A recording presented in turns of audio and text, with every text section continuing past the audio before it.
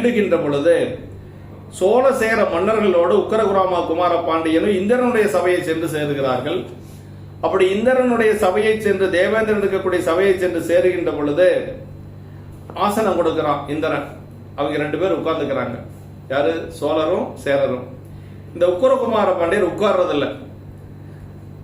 இந்திரன் இருக்கக்கூடிய இடத்துல நின்றுட்டு இருக்கிறார். இந்திரனுக்கு கொஞ்சம் கோபம் வந்தது. என்ன செய்யறான்னா, சரி நீ உட்காராம நின்றுட்டு இருக்கிறியா, உன்னை உட்கார வைக்கிற பார் என்று சொல்லி, சரி அதாவது அரசனை கௌரவப்படுத்துற மாதிரி தங்க ஆபரணம், அதாவது மாலை, தங்க மாலை போடுறது. இப்ப நம்ம மலர் மாலை போட்டு வரவேற்போம், அது மாதிரி தங்க மாலை சுமக்க முடியாத அளவுக்கு பொன்னாரத்தை கொண்டு வந்து போட்டாங்க. அப்படியே தோலே ஒடிஞ்சு போற அளவுக்கு அந்த பொன்னாரத்தை வாங்கி கொண்டு அப்படி நிமிர்ந்து நின்றாரா உக்கரகுமார பாண்டியர். இந்திரனே ஆடி போகக்கூடிய அளவுக்கு அப்படி நின்று காட்டியவர் உக்கரகுமார பாண்டியர். அதுதான் பாண்டியனுடைய ஒரு சிறப்புங்க. ஒரு பூமாலை போல எளிதாக ஏற்றுக்கொண்டார் அப்படின்னார்.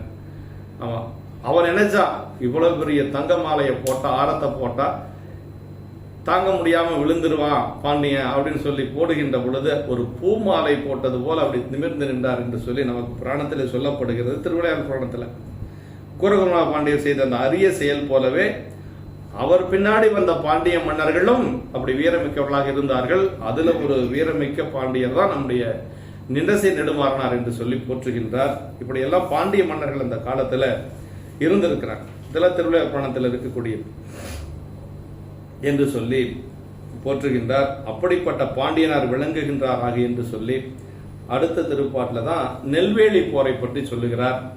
அதான் ஆய அரசளிப்பார்பால் அமர் வேண்டி வந்தே